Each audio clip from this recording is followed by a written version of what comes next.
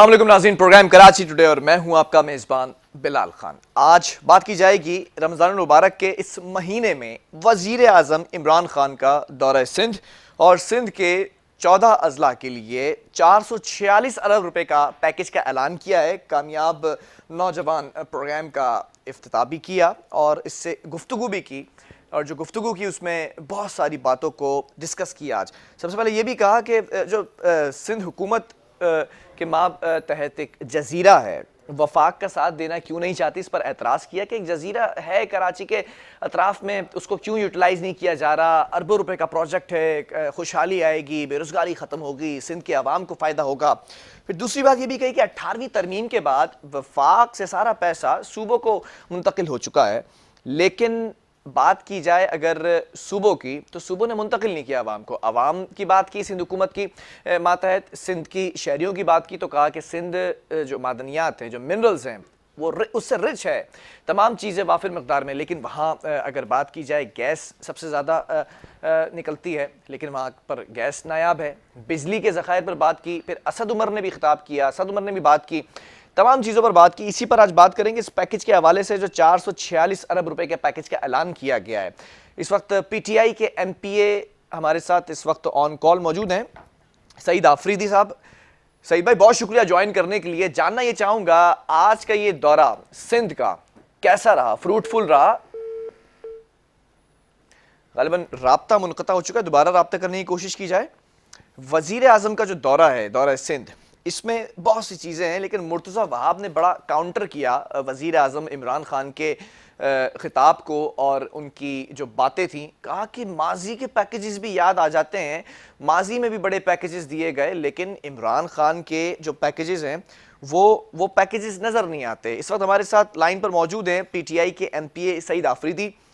जानना ये चाहूँगा सईद साहब के आज का जो दौरा था सिंध का, खान साहब का, कैसा रहा, फ्रूटफुल रहा? जी, बिस्मिल्लाहिर्रहमानिर्रहीम। सबसे पहले तो आपका शुक्रिया। उसके बाद ये है कि ये 14 जो तरजीही अजलात है पूरे सिंध के, जिसमें बदीन, हैदराबाद, लड़काना, टंडोला यार, दादो, जैकबाबाद, मेरपुर खास, चंद मोहम्मद खान, गोदकी, खैरपुर, नौशेरो फेरोज, सांगड़, शिकारपुर, सक्कर, ये मेरे ख्याल से कोई ये तारीखी काम होने जा रहा है पूरा सूबा सिंध के अंदर, और पहली बार कोई वज़ीर आज़म करने जा रहा है जिसके अंदर कोई 1450 किलोमीटर इंफ्रास्ट्रक्चर गैस की बहाली है, जिससे गैस की सप्लाई ठीक होगी। रेलवे स्टेशन की अपग्रेडेशन की जा रही है, जिससे निजी सरमायाकारी आएगी। 160 देहात को गैस की फराहमी दी जा रही है, और नाईगंज डैम से 28,800 एकड़ रकबा सैराब होगा। निकासी आब गोटकी के जो दिहाइयों पुराना मसला था वो हल होगा, और नौजवान खुसूसन ये बड़ा अहम जो मैं बात करने जा रहा हूँ कि नौजवान प्रोग्राम के तहत 1000 नौजवानों को कोई 4.8 अरब का कर्ज दिया जा रहा है। और इसी तरह जो ट्रेनिंग प्रोग्राम्स है, टेक्निकल यानी स्किल्ड लोगों को, नौजवानों को बनाना है, वो कोई 10,40,000 तलबा को तरबियत फराहम की जाएगी। और इसी तरह खेलों की सरगर्मियों को तक़वियत देने के लिए कोई 1.5 लाख नौजवान, जिसमें 35,000 तलबात के लिए भी इकदाम किए जा रहे हैं। नादरा और ये जो पासपोर्ट की हुसूल के लिए लोगों को दिक्कत होती थी, उसके ऊपर कोई काफ़ी सारे काम हो रहे हैं, जिससे वहाँ तकरीबन 50 लाख अफराद मुस्तफ़ीद होंगे। और जो आजकल जो डिजिटल दौर है इंटरनेट का, इसी तरह हाई स्पीड 3G और 4G की सहूलत मुहैया की जा रही है, जिससे तकरीबन कोई 37 लाख की आबादी मुस्तफीद होगी। और इसी तरह साफ पानी के लिए और ड्रेनेज के निज़ाम के लिए भी ये इकदाम उठाए जा रहे हैं। तो मैं समझता हूँ ये सिंध के लिए बहुत बड़ा कदम। वाकई सईद आफरीदी, जितना बड़ा पैकेज आपने जिस तरह से एलेबोरेट किया है, बहुत ही बड़ा पैकेज मुझे नजर आ रहा है, लेकिन सिंध हुकूमत के तर्जुमान मुर्तज़ा वहाब ने कहा कि ये सिर्फ ऐलानात ही होते हैं, और बल्कि नया नाम भी तजवीज़ कर दिया इमरान खान का, ऐलान खान नाम तजवीज़ किया। कह रहे हैं कि पिछले जो बजट दिया गया, पिछले जो पैकेजेस दिए गए, वो कहाँ हैं जो अभी इस पैकेज की हम इंतज़ार करें? सर ये जो सिंध में हुक्मरानी कर रहे हैं और तीसरी बारी मुसलसल कर रहे हैं, जो कंटिन्यूटी के साथ कर रहे हैं, और आज एक बस हमें कराची जैसे शहर में नहीं दिखा सकते, लोगों पीने के साफ पानी से महरूम है। कराची शहर कंडरात में और कचरों के ढेर में बदल गया है, और कराची शहर तो एक साइड पे आप जाके लाड़काना, नवाब शाह, गोटकी और इनके जो अपने इलाके हैं वहां पर जाके हालात देखे, माली तो लोगों को इंजेक्शन लगा रहे, एड्स के जो रोकने के लिए कोई इकदाम और ना ट्रीटमेंट दी जा सकती है, कुत्ते के वैक्सीन तो ये मुहैया कर नहीं सकते। अच्छा, ये ज्यादती नहीं है सईद आफरीदी के किसी एक किसी अब ये इन लोगों की बात पे बंदा, सिंध को तो इन्होंने पता नहीं कौन सी दहाई में पहुंचा दिया है। अच्छा, और मुझे दाड़ों में मैं ये सवाल करना चाह रहा हूँ, क्या ये ज्यादती नहीं है सईद आफरीदी के एक पार्टी को क्लेम कर रहे हैं? आपके इत्तेहादी भी तो इस शहर के अंदर हुकूमत करते रहे हैं, क्या ये बिगाड़ सिर्फ एक पार्टी का बिगाड़ है? देखिए जी, हुक्मरान तो ये है ना, वज़ीर आला तो इनका है, इनके पावर तो इनके पास है ना। अब इत्तेहादियों के पास तो उतने पावर नहीं होते जो हुकूमत कर रहे होते, और ये मुसलसल कर रहे हैं। चले, मैं तो फिर चैलेंज कर रहा हूँ कि हम कराची को थोड़ी देर के लिए होना तो नहीं चाहिए। कराची तो हब है, कराची तो पूरे मुल्क को चलाता है, कराची तो गरीबों की माँ है, कराची शहर से ही पाकिस्तान चल रहा है। उसके साथ तो जुल्म ज्यादती एक तरफ, लेकिन जो अपने लाड़काना के साथ ये कर रहे हैं, जो वहाँ लोग गटर के पानी में डूबे हुए हैं, जो वहाँ एड्स में मुब्तला है, जो कुत्तों के कांटे से वो तड़प तड़प कर मर जाते हैं, जो जो जो जो शिकारपुर और तो वो इसी वजह से तो चिल्लाते हैं कि एनएफसी फंड पूरा नहीं मिल रहा, इस वजह से काम नहीं कर पा रहे। गाड़ी के ऊपर लोग अपनी लाशें और बीमारों को ट्रांसफर करते हैं, ये कौन सी दुनिया है, ये कौन सा इंसाफ है? वो यही तो कहते हैं सईद आफरीदी, वो यही तो कहते हैं कि एनएफसी फंड पूरा नहीं मिलता है, शेयर्स पूरे नहीं मिलते हैं, कैसे करें फिर? सर जी, एनएफसी फंड्स भी इनको पूरा मिलता है। अच्छा। और ये पीएफसी फंड्स क्यों नहीं दे रहे, इसका भी जरा वजाहत इनसे। अच्छा, एनएफसी ने पूरा दिया गया शेयर, जितना सूबों का शेयर, इनको क्या रुकावट है? और अच्छा चले, हम एक और इसको दूसरे जाविये से देख लेते हैं। चलें, सारे जाविये दिखा दें आज अब हमको ना। सुने 2-2.5 साल हम चलो पीछे चले जाते हैं। उस वक्त तो इमरान खान साहब की हुकूमत भी नहीं थी, उस वक्त तो इनके इत्तेहादी जो अभी भाई बहन बने हुए उनकी हुकूमत थी, और उससे पहले इनकी अपनी हुकूमत थी, यानी वफाक और सूबे में। ये आप नून लीग की बात कर रहे हैं? शहद की नहरें वो जरा दिखा। सईद आफरीदी, ये आप नून लीग की बात कर रहे हैं क्या? समझ नहीं आया भाई बहन। हाँ, ऑब्वियसली इत्तेहादी कौन है इनके? नून लीग के ही है। बहुत सारी जमातें हैं, पीडीएम तो बड़ा इत्तेहाद है, कौन सी जमात की बात कर रहे हैं? वफाक में तो नून लीग थी ना। अच्छा, ठीक है। जीडीए तो नहीं थी, लेकिन उस वक्त आप देखें, उससे पहले चले जाते हैं जब उनकी खुद की वफाक में हुकूमत थी। उस वक्त बता दे किसने रोका था कराची को ट्रांसपोर्ट देने के लिए, किसने रोका था सिंध में ट्रांसपोर्ट का निजाम देने के लिए, किसने रोका था पीने का साफ पानी का निजाम देने के लिए? स्कूल कितने बंद है यार? कोई नहीं तो कितने प्रोजेक्ट शुरू कर दिए थे सईद आफरीदी। K4 की बात कर लें, ग्रीन लाइन का आगाज किया, M9 बनाया, ये प्रोजेक्ट्स नहीं किए थे क्या स्टार्ट?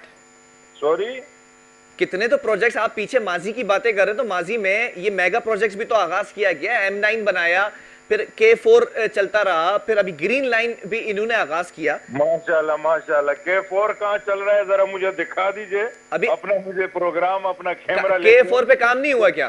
ग्रीन लाइन कहाँ चल रही है भाई?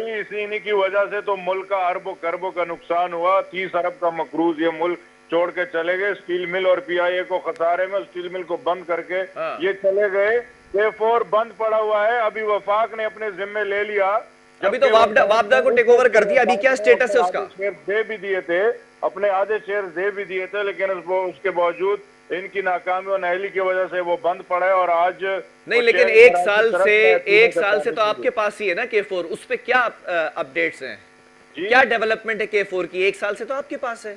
असल में इन्होंने जो बनाई थी ना फिजिबिलिटी, वो 10 बार तो वो चेंज कर दी, पता नहीं किसको नवाजने के लिए करते हैं। तो आपको सारी बिगड़ी हुई चीजें मिली हैं, अगर आपको सुधरा हुआ पाकिस्तान मिलता तो शायद उसको चमका देते ना। अब अंदाजा लगा, इंशाल्लाह हम इसको भी करेंगे, हमें फिक्र है, क्योंकि ये अब जिन हुक्मरानों के हाथ में उनको कोई जाती फायदे नहीं लेने, ना स्विस में अकाउंट बनाए हुए, ना दुबई और लंदन में फ्लैट लिए हुए।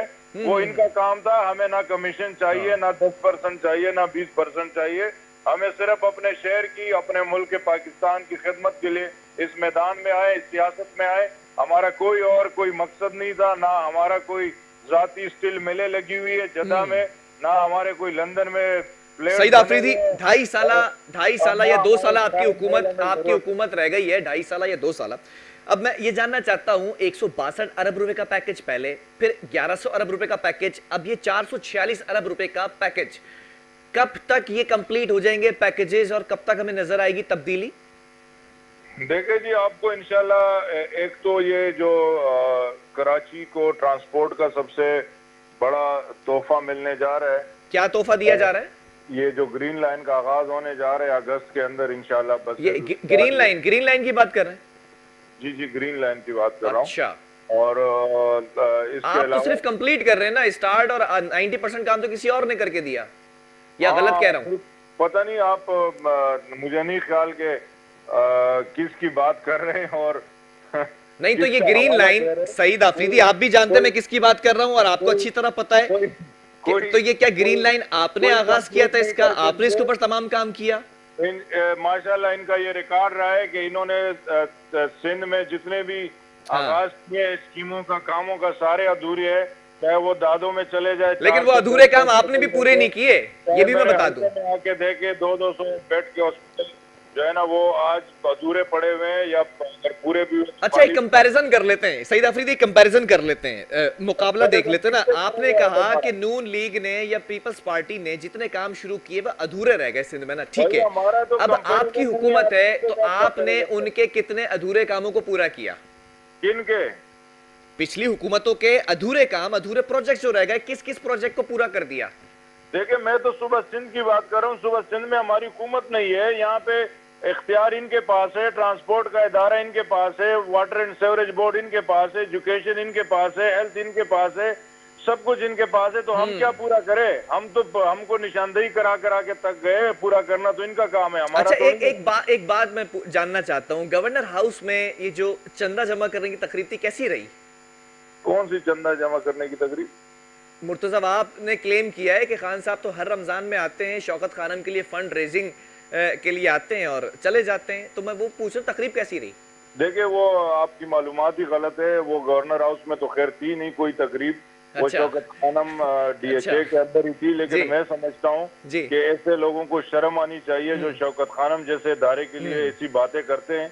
उनको ये अफसोस का मकाम है कि शौकत खानम से जिन गरीबों का इलाज होता है, उन गरीबों से जाके जरा पूछे जिनके पास, बेचारों के पास इलाज के पैसे नहीं होते, और उनके लिए वज़ीर आज़म होते हुए वज़ीर आज़म की कुर्सी पे बैठकर आके वो उन गरीबों की फिक्र करते हैं और उनके लिए वो इलाज का बंदोबस्त करते हैं। तो बजाय इस इदारे को खराज तहसीन देने के लिए, इसको सपोर्ट करने के लिए, इसके लिए मुतनाज़ा बयान देना और इसको मुतनाज़ा करना, तो मेरे ख्याल में इस पे तो आपको भी बात ही नहीं करनी चाहिए थी। ये तो नामुनासिब है, ये ज्यादती है उन गरीबों के साथ। एक शख्स ने सवाल किया, एक शख्स ने कमेंट दिया, तो मैं तो उस पर आपका मौकफ लूंगा, ये तो मेरा हक है। मौकफ दे रहा हूँ कि ये ज्यादती है, ये सरासर नाइंसाफी है। जो शख्स भी इसको मुतनाज़ा बनाने की कोशिश करेगा, वो इस दुनिया में भी लोग उनसे पूछेंगे और आखिरत में भी अल्लाह उनसे पूछेगा इंशाल्लाह। चलें, बहुत शुक्रिया। सईद आफरीदी हमारे साथ मौजूद थे, PTI के MPA, नाराज और नाला नजर आए आखिरी सवाल पर। बहरहाल तमाम बातें अपनी जगह, लेकिन ये जो पैकेज का ऐलान किया 446 अरब रुपए के पैकेज का सिंध के 14 अजला के लिए कि इसमें बेहतरी लेकर आएंगे। एक 1100 अरब रुपए का पैकेज था, उससे पहले 162 अरब रुपए का पैकेज था। यही नहीं बल्कि पीपल्स पार्टी के भी चेयरमैन बिलावल भुट्टो का भी 150 अरब रुपए का पैकेज था। ये अरबों रुपए के पैकेजेस जाते कहाँ हैं? जब तब्दीली की बात की जाती है तो तब्दीली ये देखिएगा कि वजारतें तब्दील हो गई वफाकी, लेकिन शहर की सूरत हाल, सूबे की सूरत हाल में कोई तब्दीली दिखाई नहीं दी। वक्फा लेंगे, इसी पर बात करेंगे।